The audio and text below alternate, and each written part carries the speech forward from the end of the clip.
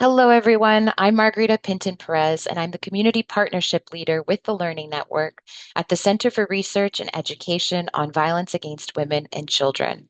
On behalf of the Learning Network, welcome to this special event supporting survivors at the intersection of mental health and gender-based violence, Approaches for Practice, presented by Eva Zachary. I'd like to start with a land acknowledgement. Next slide, please.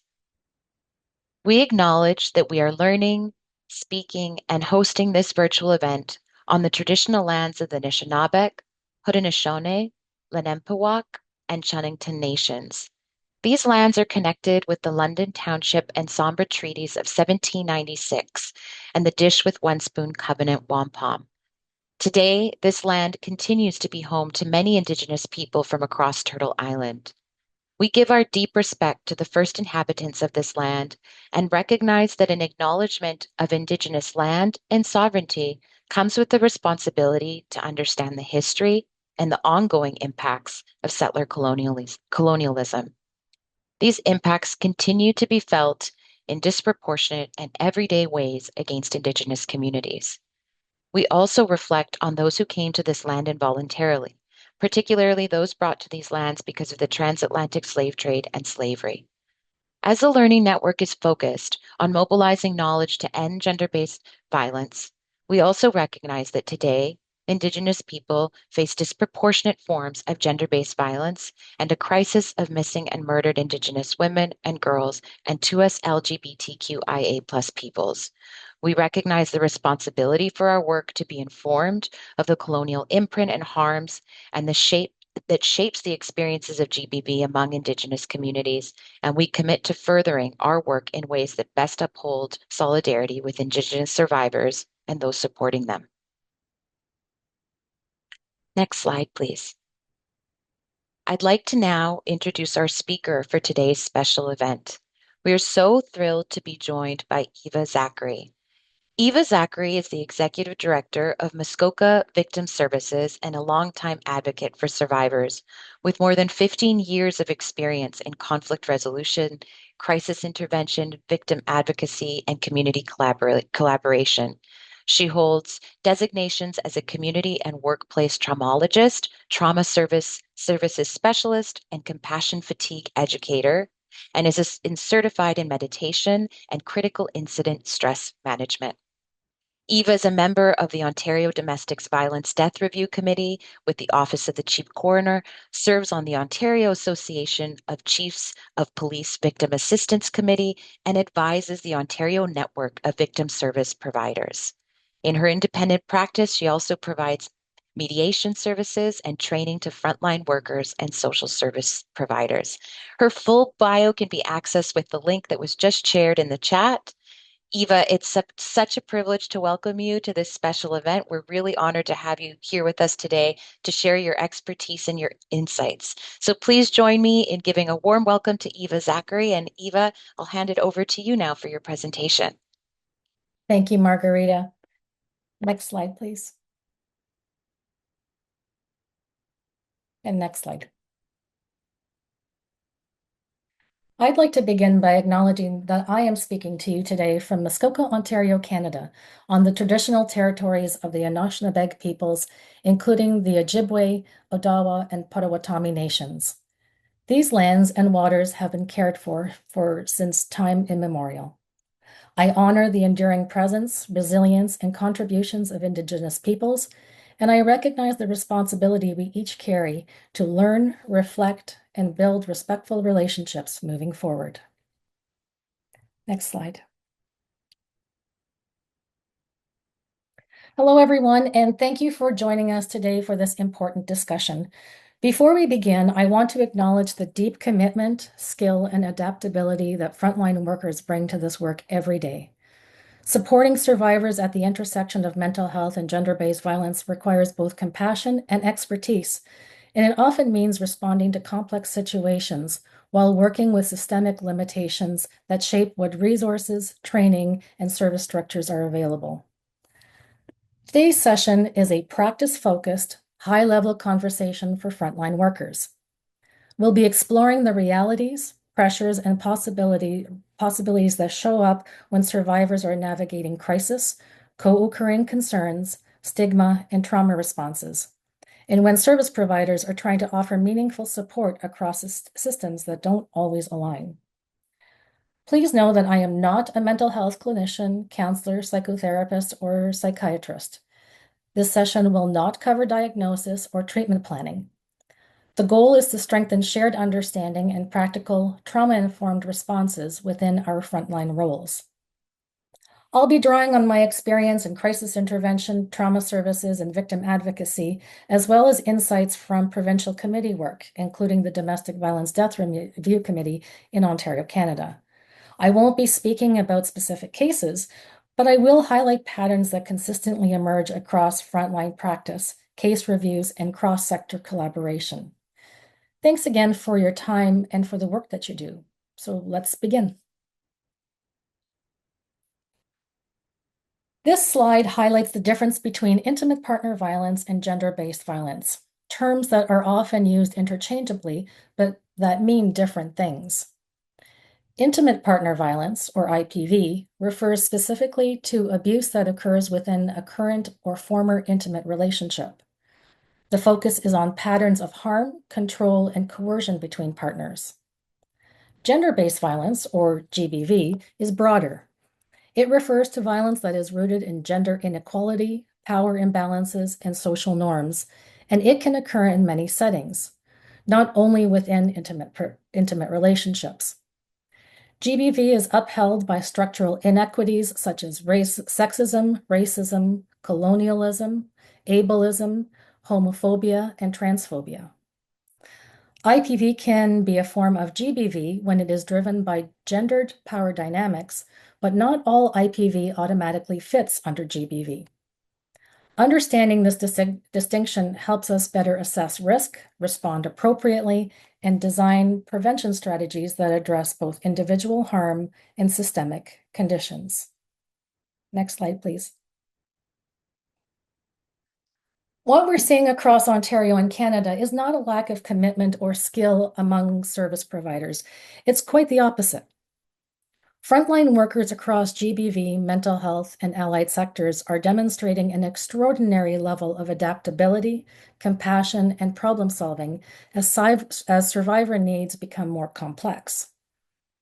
Survivors are increasingly presenting while navigating crisis, co-occurring concerns, stigma, and trauma responses.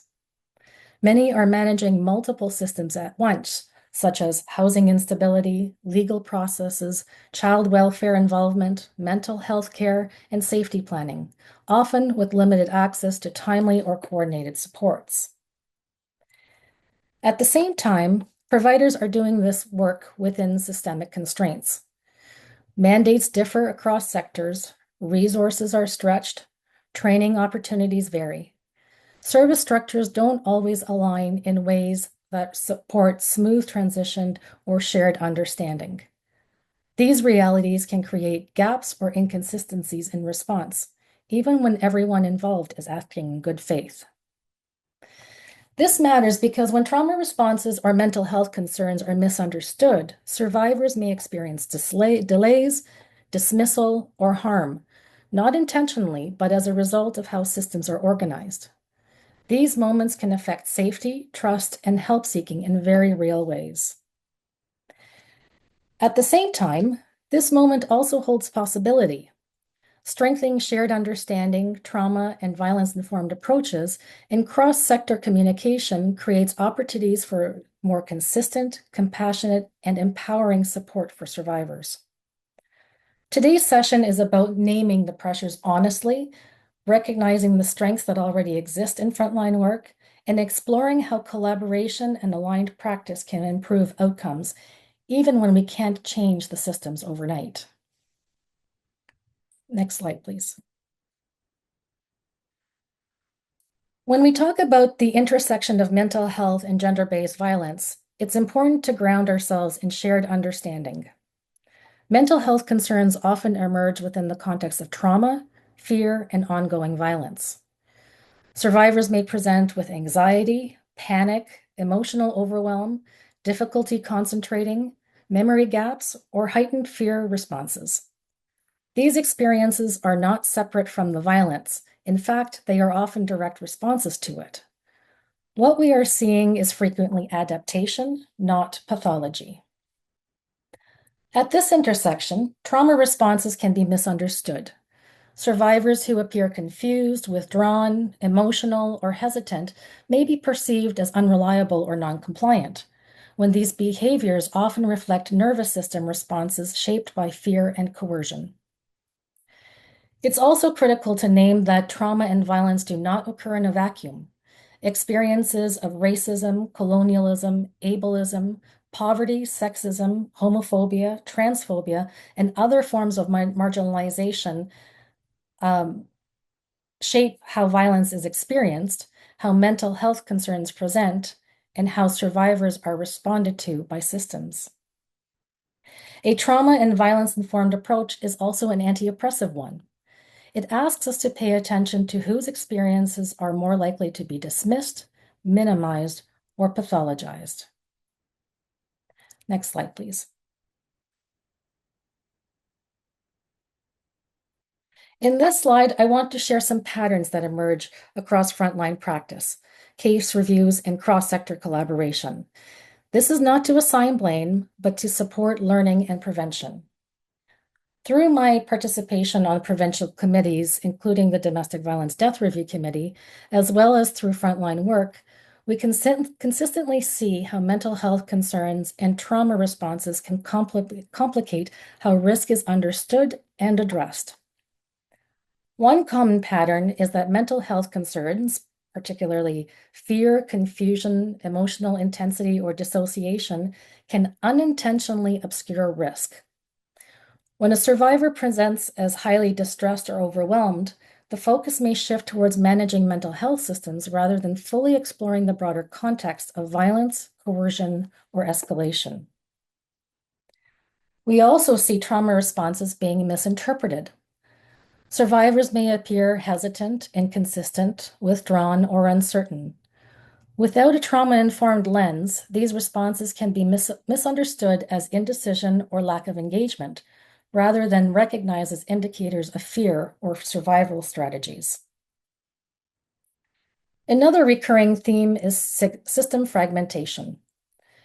Survivors often interact with multiple services that operate under different mandates, thresholds, and assumptions. When information isn't shared or when services work in parallel rather than collaboratively, critical pieces of the survivor's experience may be missed. What's important to emphasize is that these patterns reflect systemic challenges, not individual failures. They highlight opportunities to strengthen shared understanding, improve communication across sectors, and respond to complexity in ways that enhance survivor safety and dignity. This is where trauma and violence-informed practice, combined with thoughtful collaboration, becomes not just helpful, but essential. Next slide, please. Trauma and violence-informed practice, or TVI, provides a foundation for responding to complexity without blame or oversimplification. This approach recognizes that trauma and violence shape how people think, feel, behave, and engage with systems. When survivors present with distress, confusion, or difficulty engaging, TVI practice invites us to see these responses as adaptations to harm rather than signs of resistance or disorder. TVI practice prioritizes safety, emotional, psychological, cultural, and relational, alongside choice and autonomy, particularly in systems where survivors may already feel controlled or disempowered. It also acknowledges that systems and structures matter. For survivors who have experienced racism, colonial violence, ableism, or discrimination, including Indigenous, Black, racialized, newcomer, disabled, or 2S LGBTQIA+ survivors, trauma responses may also reflect learned strategies for staying safe in systems that have not always been protective. Next slide, please. To respond effectively at the intersection of mental health and gender-based violence, it's important to understand how trauma shows up in the body and nervous system. Trauma responses are not conscious decisions. They are automatic, protective reactions that help a person survive in situations that feel dangerous or overwhelming. When someone has experienced violence, coercion, or chronic fear, their nervous system may remain on high alert, even in spaces that are intended to be supportive. Many of us are familiar with the concepts of fight, flight, and freeze, but it can be helpful to briefly name what these might look like in frontline settings. A survivor in flight mode may appear angry, defensive, or confrontational. A flight response may show up as panic, restlessness, or a strong urge to leave. Freeze looks like silence, numbness, difficulty responding, or appearing stuck. We also see fawn responses, which involve people-pleasing, minimizing harm, or focusing on meeting others' needs as a way to stay safe. And we see dissociation, where a survivor may seem detached, confused, slow to respond, or disconnected from the present moment. These responses can shift depending on who the survivor is with, what questions are being asked, and how safe they feel. Importantly, none of these responses reflect a lack of credibility, motivation, or cooperation. They reflect a nervous system doing exactly what it learned to do to survive. When we recognize trauma responses for what they are, we're better equipped to respond with patience, clarity, and compassion, rather than unintentionally escalating distress or misinterpreting behavior. Next slide, please. When survivors present to services, mental health concerns are often shaped by trauma, chronic stress, and ongoing fear, not simply by individual vulnerability. Survivors may experience anxiety, panic, sleep disruption, intrusive thoughts, emotional overwhelm, or hopelessness. Some may use substances as a way to cope or remain functional in unsafe circumstances. Presentations can fluctuate. A survivor may appear composed in one setting and overwhelmed in another, depending on safety, power dynamics, and context. It's also important to remember that outward stability does not mean low risk. Survivors who appear organized or calm may be expending significant effort to manage fear or maintain control. Mental health presentations are not indicators of credibility. They reflect the conditions survivors are navigating. Next slide, please. Stigma plays a powerful role in the intersection of mental health and gender-based violence, and it can significantly shape how survivors experience support and whether they continue to seek it. Survivors who disclose mental health concerns may be viewed as less credible, less reliable, or less capable of making decisions. Trauma responses such as emotional intensity, confusion, withdrawal, or ambivalence may be interpreted as resistance, exaggeration, or lack of commitment to change. These interpretations are often unintentional, but they can have real consequences for safety and trust.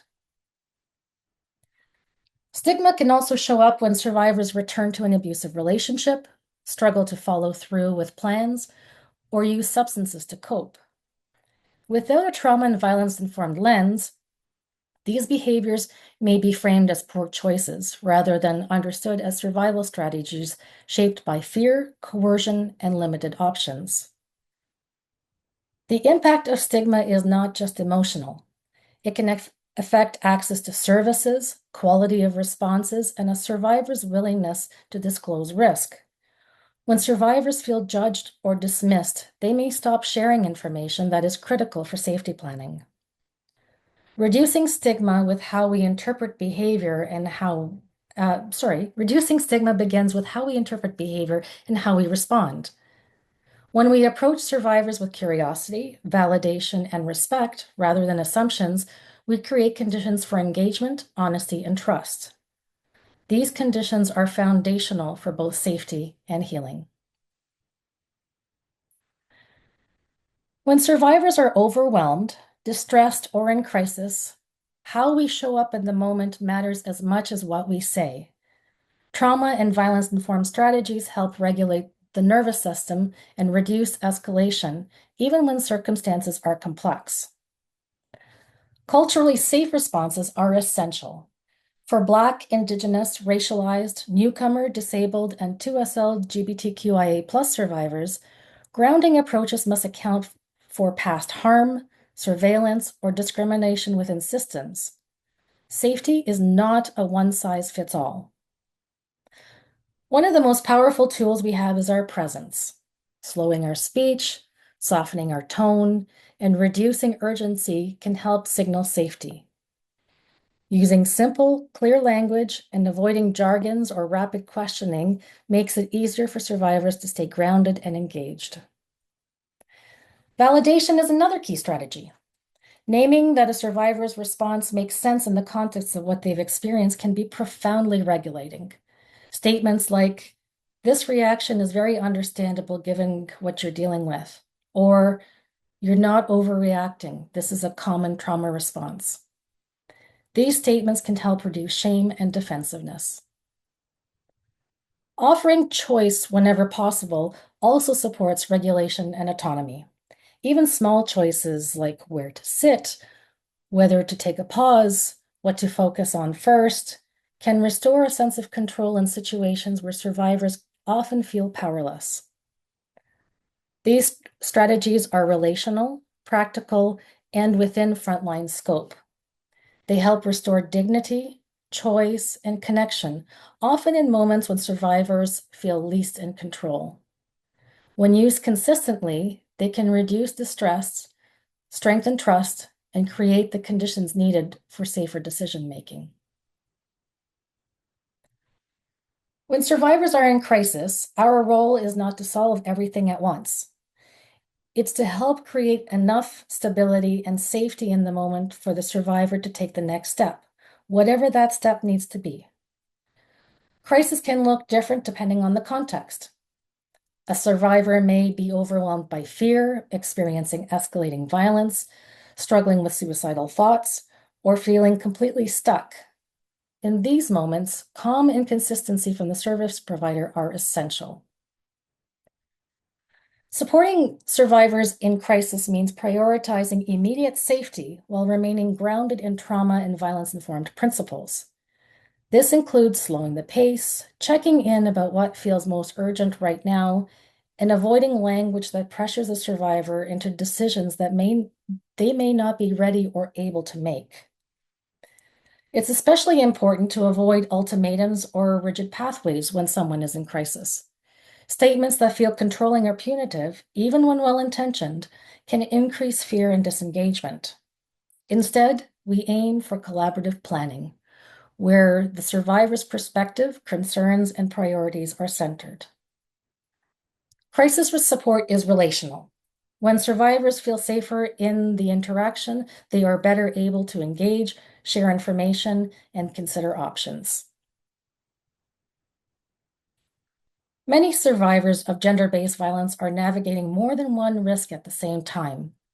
These risks can include escalating violence, mental health distress, suicidal thoughts, substance use, housing instability, health concerns, or isolation. Rarely do these risks exist in isolation. More often, they interact and compound one another. For example, a survivor may be using substances to cope with trauma while also experiencing increased violence at home.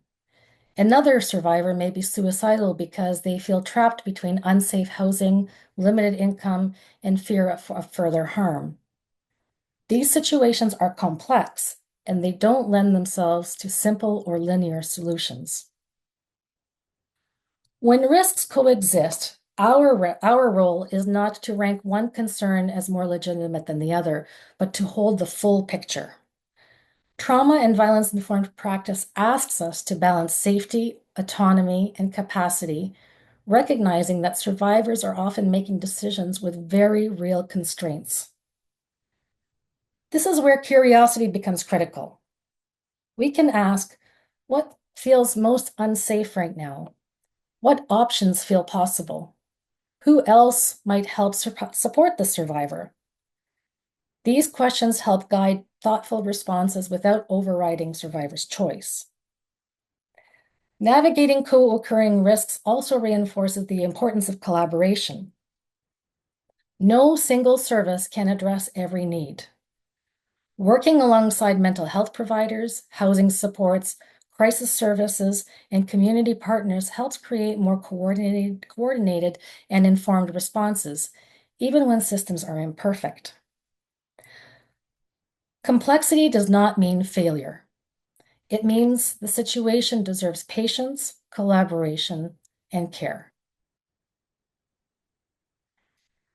Survivors experiencing gender-based violence and mental health challenges are rarely interacting with just one system. Many are navigating multiple services at the same time, such as GBV supports, mental health providers, housing services, healthcare, police, child welfare, and income supports, each with different mandates, thresholds, and expectations. These differences don't reflect a lack of care or effort. They reflect how our systems have evolved separately over time. When mandates and approaches aren't aligned, survivors may experience gaps, conflicting information, or inconsistent responses, even when everyone involved is acting with good intentions. Strengthening cross-sector collaboration doesn't mean blurring roles or overstepping scope. It means building shared understanding, clarifying responsibilities, and communicating in ways that reduce duplication and confusion for survivors. Simple practices such as warm referrals, coordinated check-ins, or shared language around trauma and safety can make a meaningful difference. Collaboration also supports frontline workers. When communication is stronger across sectors, workers are less isolated in decision-making and better able to respond to complexity with confidence. It creates opportunities to hold risk collectively rather than expecting one service or one person to manage it alone. Ultimately, collaboration is about alignment, aligning around survivor safety, autonomy, and dignity, even when systems remain imperfect. When sectors work together thoughtfully, survivors experience more consistent, compassionate, and empowering support. It's important to pause here and name something clearly. Frontline work happens with very real systemic pressures. These pressures shape what's possible even when commitment, skill, and care are deeply present. Across sectors, workers are navigating limited resources, long wait lists, staffing shortages, and eligibility criteria that don't always align with the complexity survivors are experiencing. Mandates can be narrow, funding can be unstable, and services are often asked to do more with less. This reality can create moral distress. That feeling of knowing what would help, but not always being able to provide it within the constraints of the system. Over time, this can contribute to burnout, exhaustion, and a sense of carrying responsibility that feels too heavy to hold alone. Naming these pressures is not about lowering expectations or excusing harm. It's about acknowledging context. When we recognize the systemic conditions shaping frontline work, we're better able to support each other, advocate for change, and avoid placing unrealistic expectations on individual workers. Caring for survivors and caring for ourselves are not competing priorities. Sustainability matters because safe, compassionate, trauma-informed responses depend on a workforce that is supported, valued, and not asked to absorb the weight of the systemic gaps on their own. As we move towards closing, I want to shift our focus on what's working and what's possible, even within the constraints we've named. Across Ontario and Canada, we're seeing promising practices emerge. Trauma and violence-informed approaches are strengthening how survivors are supported. not just at the individual level, but across organizations and systems. When survivors are met with consistency, respect, and choice, engagement increases and harm is reduced. Collaboration continues to be one of the most powerful tools we have. When sectors communicate more effectively, share understanding, and align around common principles, particularly safety, autonomy, and dignity, survivors experience fewer gaps and more continuity and support. It's also important to recognize that meaningful change doesn't always require large-scale reform. Small shifts in practice, such as slowing down conversation, validating trauma responses, offering choice, and using shared language can have a significant impact on how safe and supported a survivor feels. Alignment across sectors is an ongoing process, not a destination. It requires curiosity, humility, and relationship building. But every step towards alignment strengthens the collective response to gender-based violence and mental health complexity. Let me close with this thought. The work you do matters. The care you bring matters. And together, through thoughtful, trauma-informed practice and collaboration, we can continue to create safer, more compassionate pathways for survivors. As we close, I want to take a moment to acknowledge and honor the survivors and victims whose experiences inform this work. Much of what we know about gender-based violence, trauma, and risk has come directly from the courage of survivors who have shared their stories, often at great personal cost. Their experiences have shaped research, informed practice, and guided system-level learning aimed at prevention and safety. We also honor those whose lives have been lost to violence. Their lives matter. Their experiences matter, and the lessons drawn from case reviews and system learning carry responsibility to respond more thoughtfully, more collaboratively, and with greater compassion. This work is not abstract. It is grounded in real lives, real harm, and real resilience. As frontline workers and service providers, we both carry both the privilege and responsibility of translating this learning into action. May we continue this work with humility, care, and commitment to honoring survivor voices, not only in how we respond, but how we advocate for safer systems and stronger supports.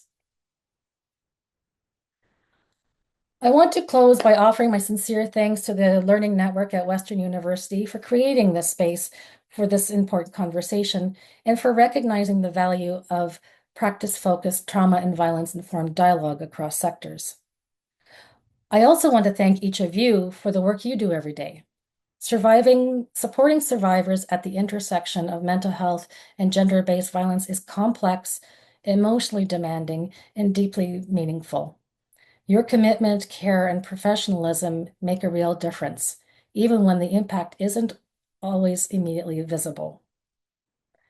I've left for you today my contact information at Muskoka Victim Services and also for my private practice. The Learning Network will be sharing handouts and resources for you today, and they can also be found on my website. I've also created an article to complement today's presentation, and you can find that under my blog on my website. On that note, we will now move into time for questions. Thanks again for being here and for the work that you do. Thank you so much, Eva, for such a thoughtful and grounded session on supporting survivors at the intersection of mental health and GBV. I'm hoping that you can hear me all right, Eva, because I'm getting notice that my internet connection is unstable, so I'm hoping it's okay. I I can thought hear it was you. real wonderful. I thought it was so valuable to hear you speak, to the realities and the pressures that service providers are facing, and then highlighting, trauma and violence informed, non-pathologizing responses when mental health concerns are present. And I'm really glad you mentioned the handout that you developed to accompany this talk today. I think it really translates, a lot of these ideas into accessible, practice-based guidance that people will be able to refer to in their day-to-day work. So we do have some time to move us into the Q&A. Um, and so we welcome folks to continue to submit your questions in the Q&A box, and we'll do our best as well to respond to as many questions as possible. So, Eva, I'm going to start with a question that came in.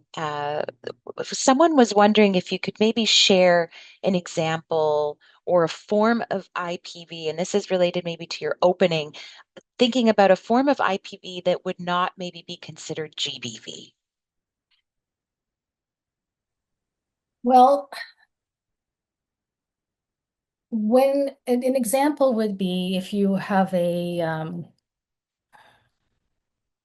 IPV would be isolated solely as IPV.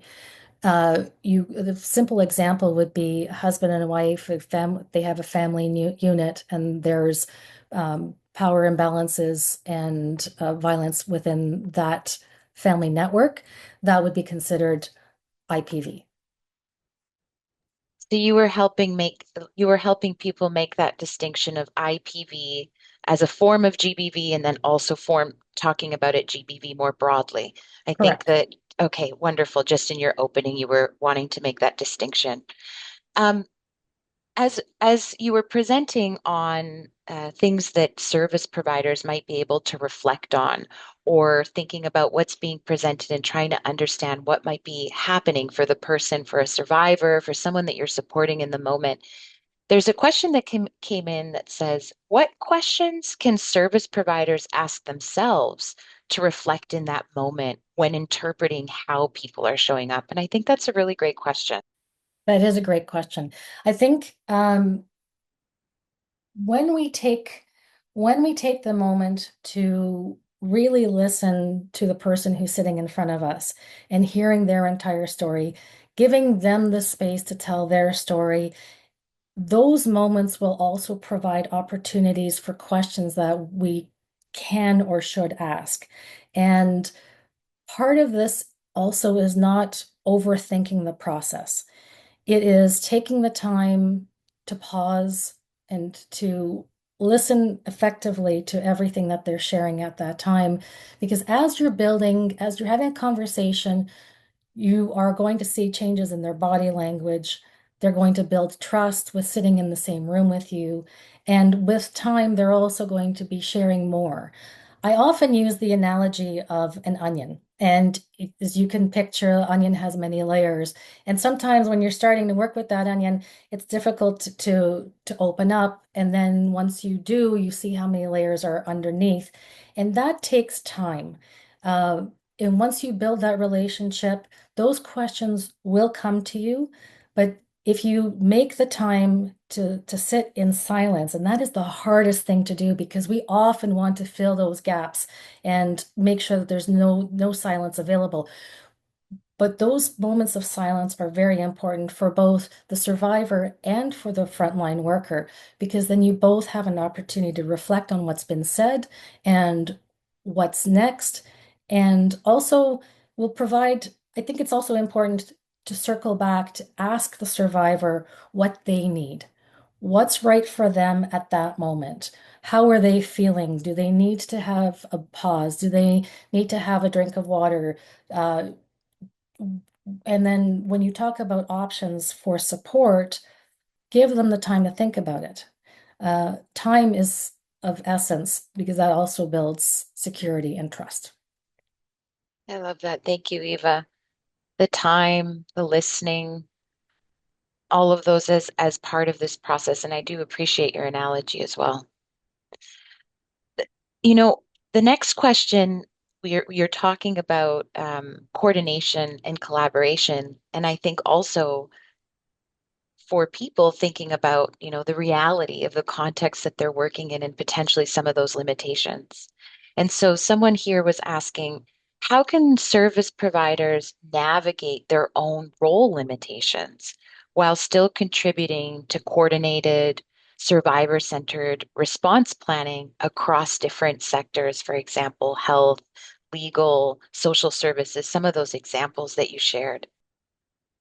One thing that's critical as a frontline worker is being honest to yourself, being honest to the survivor that you're supporting, and being honest to the service providers that you're working with. Identifying what those limitations are within the capacity and the scope of the work that you're doing is important because that also establishes boundaries. And as I mentioned in the presentation, is not one organization, not one agency, not one frontline worker can do all of this themselves. So when you sit with the survivor and with your community partners, it's important to identify those limitations because then you're not setting up any false expectations. You're putting it on the table, and then it also provides an opportunity for everyone around the table, all the community partners that you're collaborating with, to say, all right, you can't make that gap, but I can, and this is how. And then you start drawing that larger picture. I hope that provides some clarity to that question. I think that was helpful to imagine it. And I do like what you're reminding us here of this being collective and collaborative in terms of how we approach it. Um, there's a question here about how organizations and institutions might ensure that their policies are actively working to support survivors and are not inadvertently perpetuating harm or re-traumatization, which is a big question, important Mhm. question. This one, so governance, so this goes to leadership and those organizations that also have board of directors. It's very important to have a strong board of directors that oversees the governance piece as well. Um, and the reason why I say this is it is important that organizations review their policies and procedures at least on an annual basis to review if they are meeting the current system demands. And if they are not meeting the current system demands, then how can those policies and procedures be modified to better support the survivors that you're supporting? What's important to stress, because I know I'm sure there's a few leaders sitting in the group cringing because policies and procedures is not a very glorious task. It can sometimes be an onerous task, and it tends to be left to the side of the table. And um, and some of our policies and procedures for organizations can be considered even outdated. So I'm thankful for this conversation because it brings forward to the leadership that is sitting at this presentation today is the policies and procedures and protocols matter. There's the policies and procedures, but there's also the written and unwritten protocols that frontline workers will have right from the front line right up to the leadership. And there has to be that mutual understanding that everyone is in sync with the current policies and procedures. And also frontline workers should also have the ability to communicate to leadership when policies and procedures provide or are constraining to the services that they're doing. I understand that there has to be boundaries. And going back again to the presentation, it's not about overstepping roles. It's not about overstepping boundaries or mandates. It's modifying and tweaking, just the fine tuning the policies that better support the survivors. Thank you, Eva. And I actually, there's another question here, um, maybe similar in terms of thinking about how can we build and encourage collaboration. For example, when organizations might have diverging mandates and goals in some areas. Um, so the person that submitted this question was thinking, for example, of like the criminal justice system, those supports and then community-based supports. And I feel like you may have from your own experience, maybe some examples of how to navigate that. That is an excellent question. I do have an example in our small community in Muskoka, Ontario, that I'll share. I think, but before I share that example, one critical aspect of collaboration is removing the ego building trust, building relationships with your community partners, and recognizing that you're not going to operate in silos. That would be step one. From there, I'll use an example that we use in Muskoka here. We have what is called the Group of Five. And for us, it is a small group of organizations that work at the critical intersection when a crisis happens and in the recovery phase of an incident. And our Group of Five involves Muskoka Victim Services, the District of Muskoka, which has housing and homelessness supports. And we have two Salvation Armies in our community, and those will be the first organizations to support at the moment of crisis. And then through the recovery phase, we will be then building on that and pulling in other organizations. One thing that you often hear is a helpful approach is to create memorandums of understanding with other organizations. And it could be in written format it bounds both organizations to say, this is what I can provide, this is what you can provide, and this is how we meet in between. And those memorandums are helpful, but they also create limitations as well, especially if there might be some um, overreach in terms of support. So, but just circling back, we've come a very long way. If you asked me this question 15 years ago, I would have told you that we're all operating in silos and that's that. No one talks to anyone else. We have come, at least in Ontario and across Canada, we have come a long way to open up dialogue and have that more collaborative approach. One thing that I'll add to in regards to the collaboration piece as well is confidentiality. Each organization has its own policies and procedures regarding confidentiality of when you can share information and where you cannot share information.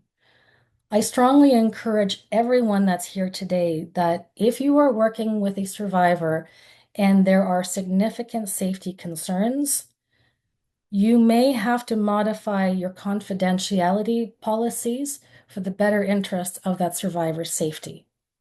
And what that looks like can be a discussion between organizations. It doesn't mean that you're dropping the guard and you're disclosing everything. You can have that on conversation ahead of time on what that would look like. But I think it's important. We have been very constrained by our confidentiality clauses, which have been detrimental to survivor safety. And I do believe that it's time that we shift that focus and step out of those silos and work with what is most concerning at this time. Thank you, Eva. And that's very like practical information of something that organizations can be doing and applying. Um, I just want to check in with you. We do have some more questions to go through, if that's okay. I'm Um, fine. great. So there's some questions that are thinking about, working with people who are in active crisis or how people might be showing up in certain settings. So I'm kind of going to shift us into some of those questions. Okay. Um, I'm going to start with a question that says, what are some strategies or techniques to help prepare a survivor to deal with the trauma responses in a setting where we may know that these responses may be activated, like a courtroom or an examination under oath? But we know also that leaving that situation is not an option.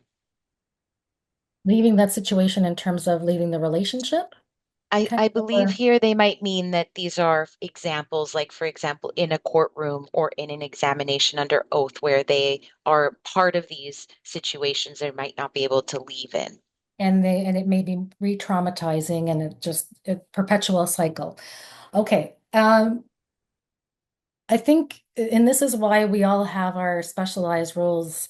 You have victim services that are the crisis workers, and we're not in the courtrooms. And then you have victim witness assistance programs do support survivors going into the courtroom. And we'll just use the criminal justice system as an example.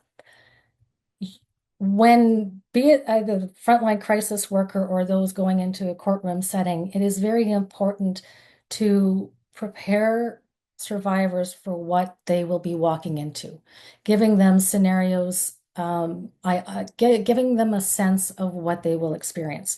So, for victim services, for example, when a responder works with a survivor and there may be some medical appointments, or they may need to see a clinic to collect some evidence to support police investigation.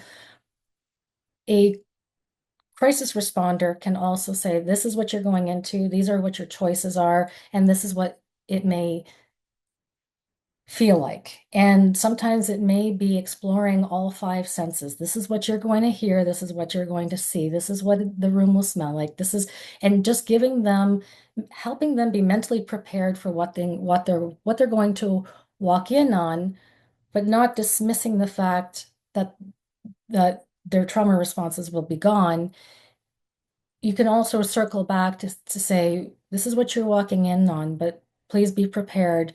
You may have moments where you're going to feel angry, you're going to be sad, you're going to cry, you're going to want to scream, and those are all valid and rational trauma responses. The same will be in a criminal justice system before they go in front of a judge, or preparing someone that they're going to be walking into a courtroom and the perpetrator may be there, and what will helping them prepare themselves to ground themselves and feel fully supported before they walk into that environment. I think that mental preparation is critical for the long-term well-being and for of the survivor. Thank you, Eva. And I feel like how you responded to this question may be helpful for folks who submitted questions. And I'll give you this example, but there was another one that did come in thinking about how some survivors, for example, if they may have racing thoughts, or it may be difficult to share accounts of what's taken place. For example, for when reaching out to a family lawyer was an example provided. And so it may sometimes discourage lawyers from taking on cases. It may make it challenging and complicated, right? And so the question there was, what could I recommend or suggest to a client, when they are trying to find a family lawyer? And I'm thinking a bit about what you're talking about here, also preparation, and supporting people along the way. I don't know if you want to add anything there to that specific example. I do. So part of all of our roles is to help empower the survivor to take that next step, because in reality, they're the ones that are going to be the ones that have to call the shelter. They're the ones that are going to be the that are required to call the family lawyer themselves or criminal lawyer. And part of our role as frontline workers is one, to educate them on what they're going to experience, but also we can help them in their presentation. And what I mean by that is when they go to meet with a lawyer for the first time, it can be a very intimidating experience. Very, very intimidating experience, because these lawyers are fast-paced, fast talkers. You have 20 minutes, you're in and out, give me the documents you need, we're done. Not a very trauma-informed practice. But when a survivor goes in knowing that they may shut down, they may have certain reactions, they can begin their meeting. We were saying just with a family lawyer, they can begin that meeting by introducing themselves and saying, just so that you are aware, this is a recent incident that occurred. This is what I'm experiencing right now. I may have moments where I'm going to shut down. I may have moments where I'm going to cry. But I'm here. I am committed to the process, but I may need a moment to breathe. And putting that out forward, usually for those service providers that are really fast-paced and rapid fire, it should provide them an opportunity to sit back and go, okay, this person is not, like as I said in the presentation, it doesn't mean that they're exhibiting that they're not committed and that they're not reliable and they're not following through. It's that they are experiencing trauma responses in the immediate aftermath of an incident. And I, as a frontline worker, as a lawyer, am going to have to step back and take a breath and give them the time. Thank you, Eva. That is really helpful. I'm going to there's two questions here, and I see a connection in these questions, so I'm going to do my best to bring them together. Um, Here we've been talking about like specific context or this example with family lawyers or example of like a court setting. And there's a next question that brings it back to maybe that initial meeting with survivors or that first connection that service providers may have. So, do you have, someone here was asking, where do you turn, Eva, for helpful, TVI-based language to utilize and to apply when working with clients? And a question about, do you have a practice that you might be willing to share for how you start or even ground clients at the beginning of a meeting? So I'll let you go there and then maybe I'll follow up with this question where I see another connection as There's a two-part answer to this. So, one, common practices for when you're meeting with someone for the very first time. And I'm speaking through a victim services lens where we are meeting with someone in the immediate aftermath of an incident. And usually our common practice is to come in and introduce ourselves. We should always start very slow. We introduce ourselves, who we are, what we do, what the supports are within the program. And then before we dive in, and we also share that we're there not to re-traumatize them. We're not there to make things worse. We're there to help stabilize and to mobilize. And what I mean by that is we're there to be a support at the moment and then carry them through to bring in the appropriate people and organizations that can carry on that support. It's important when you're working with individuals to give pause. And I always talk about giving people time because in the immediate aftermath of an incident, and even in the days, months, weeks, and sometimes years following, they are bombarded with supports, as we mentioned in the presentations, and it can get very overwhelming and very confusing. So when we sit down with someone for the very first time and then have that conversation, giving them time, providing them that pause to let them absorb the information, ask any questions that they have, and ask them where they're at and what they would like to do. Sometimes they might just say, I need a drink of water, I need to go for a smoke, I just need to walk around the block. And then they can choose, do they want you there or not? And also feel comfortable with the uncomfortable. So sometimes you start off by sitting in silence. And that is meeting a survivor where they're at. Give them that silence, give them their space, and give them that time. They will inevitably end up telling you what they need at that moment. And to be honest, I forgot what part two was. Um, Sorry about that. that's fine. Yeah, thank you, Eva. And and I think you've been able to provide there, that space that's needed and some of the options that can be provided, based on this approach. Um, I'm thinking a bit here about, I want to move us into this other area of questions. So, also to think about, uh, thinking about a service provider's role in terms of documentation and reporting. And I think that's a really valuable question here in terms of what we're discussing and also what we're mentioning about making space. So, I'm going to start with the question here that's says, we know that documentation and assessment processes in frontline organization can create real legal risks for survivors, including subpoena, disclosure, or weaponization by abusive partners.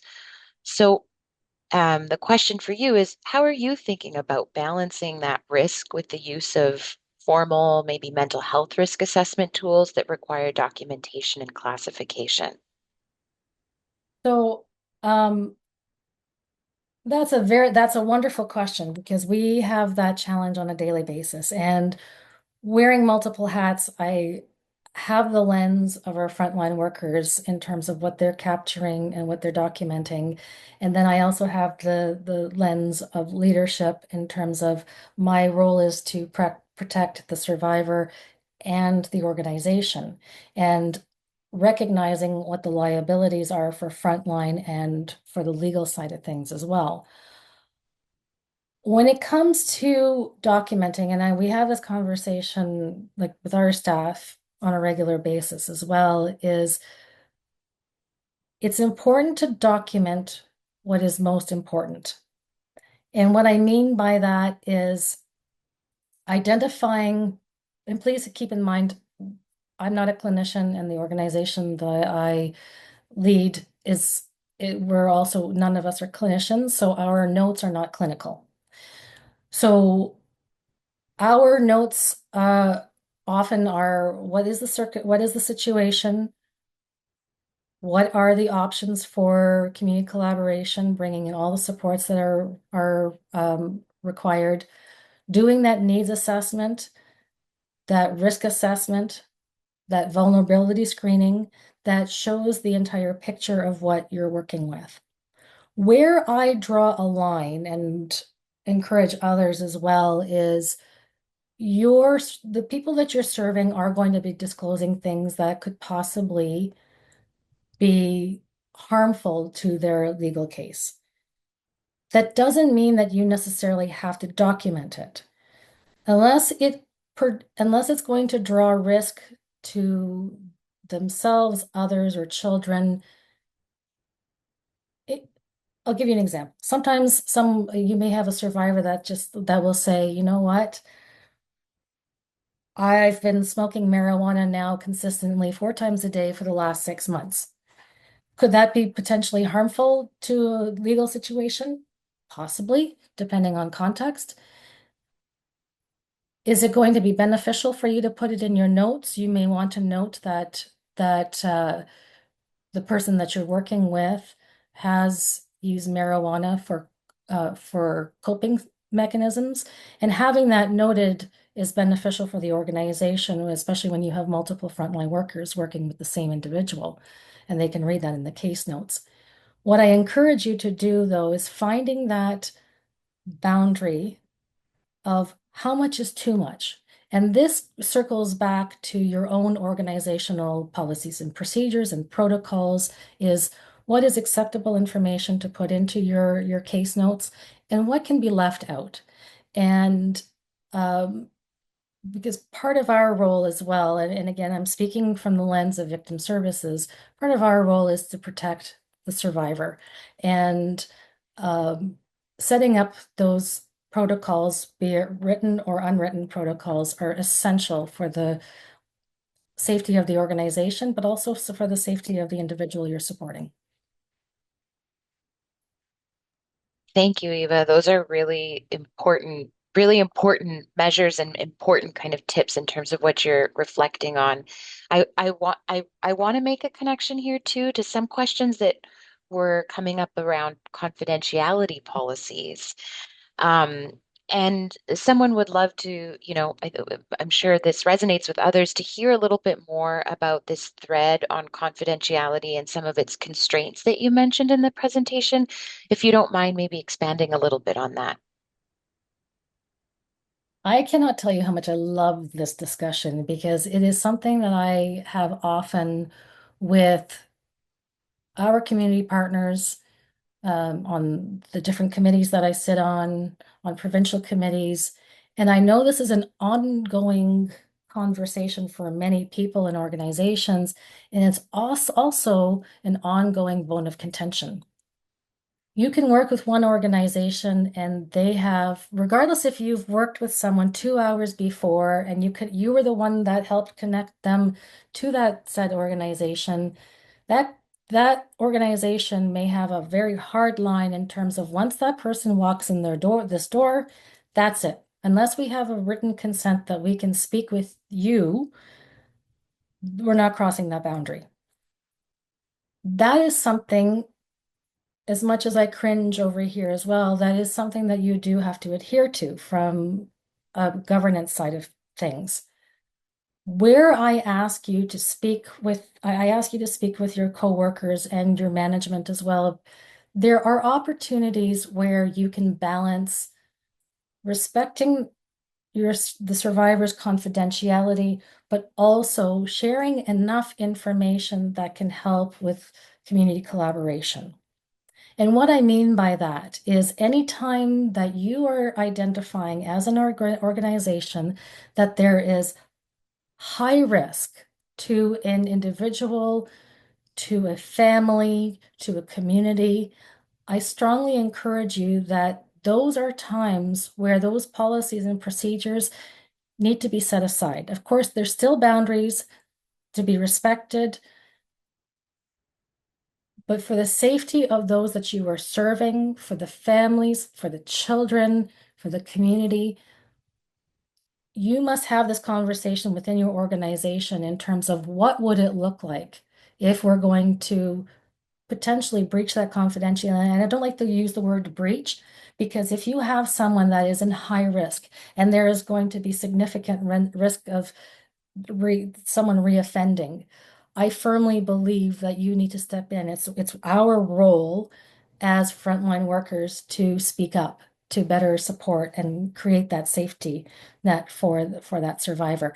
I've said this before in other presentations that, and I'm speaking for myself here, that I would rather get my hand slapped saying that you stepped out of the bounds of our confidentiality clause, knowing that I've potentially helped save a life rather than stay quiet because of the constraints of our confidentiality clause and know that someone will or has been harmed.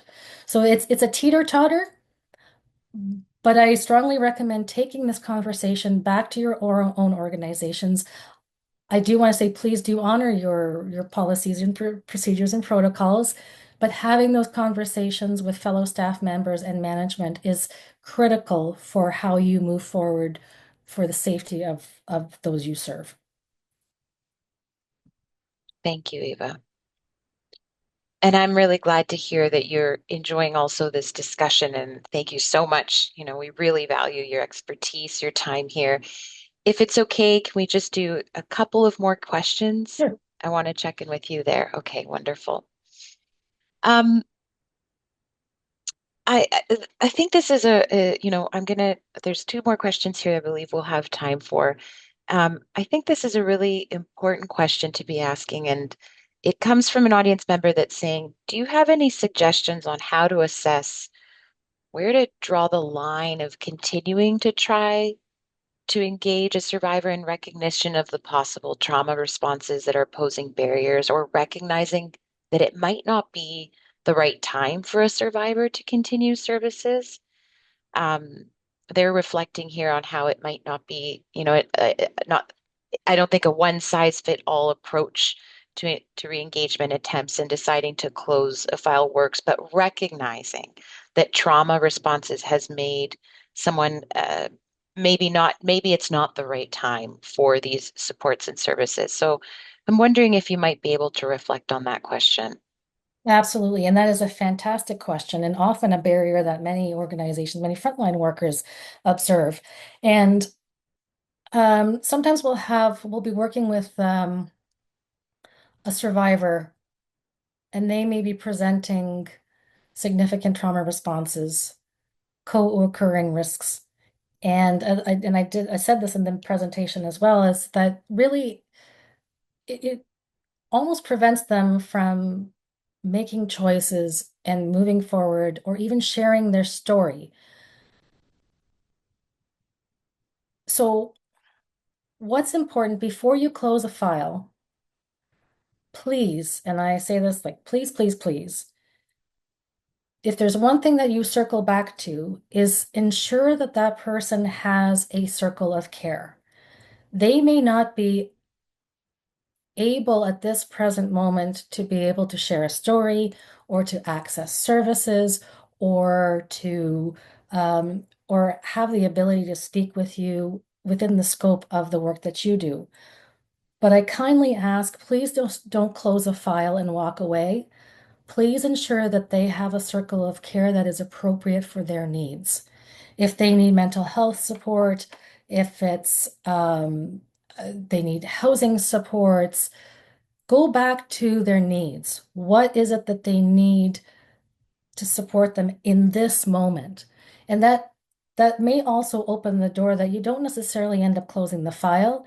It just might mean that you look at it a month, 2 months from now, when they might be in a better space to speak to you more openly. And I see this a lot, especially when it's with the potential with the criminal justice system or family law.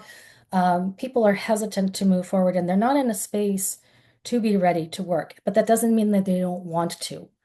So give them the opportunity to step back from working with you, but please ensure that they have some sort of circle of care that is appropriate for their immediate needs.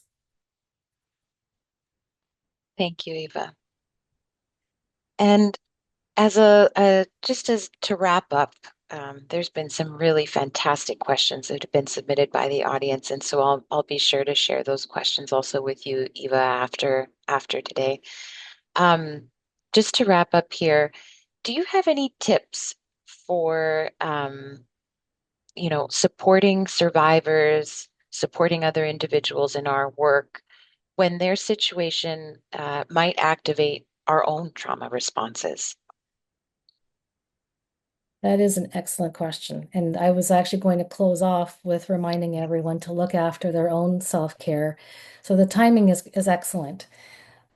I think, and again, victim services lens and working with our crisis responders, developing that culture within your organization that gives the frontline worker permission to say, okay, this particular case is triggering me. I'm not in a space to properly support this specific survivor. Um, and this is hard to do because Hmm. frontline workers, they're all fixers and helpers and come from a really good space.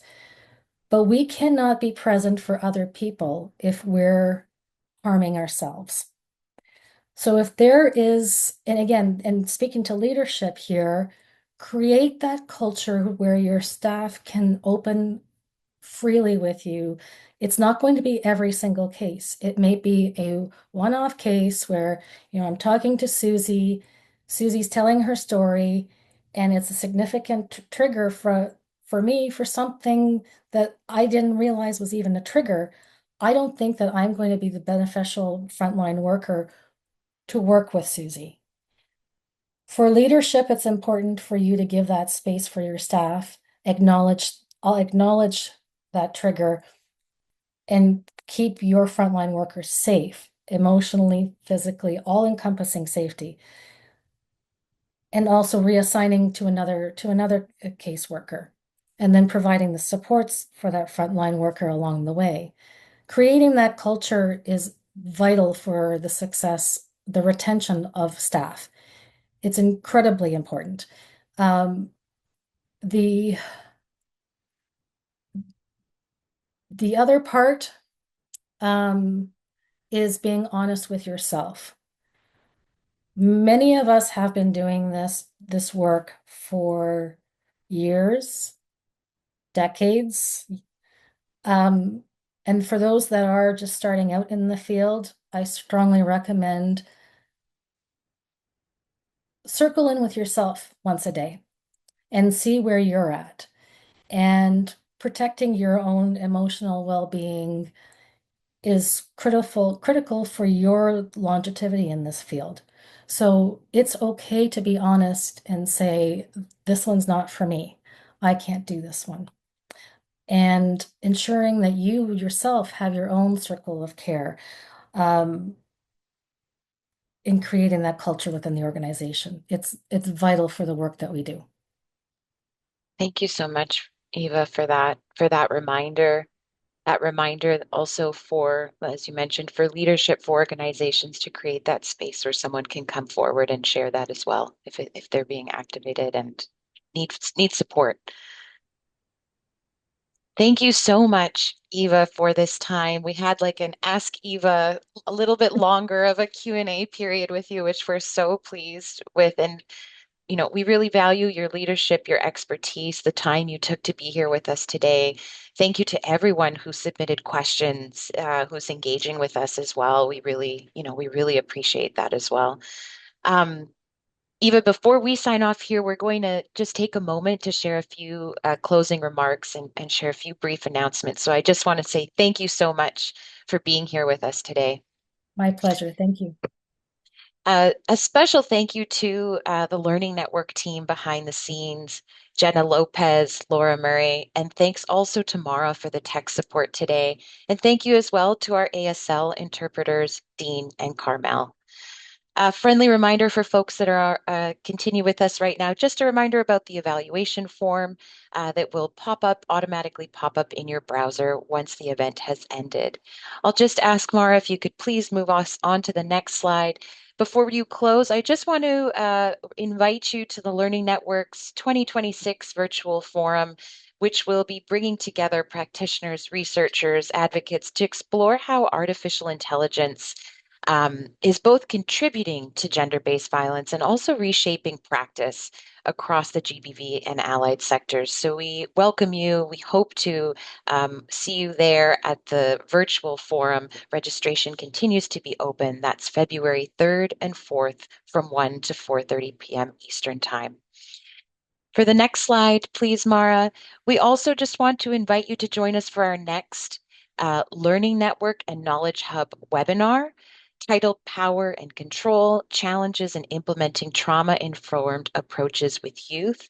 The session will be taking place on Tuesday, February 17th, 2026 from 1 to 2:30 p.m. Eastern Time.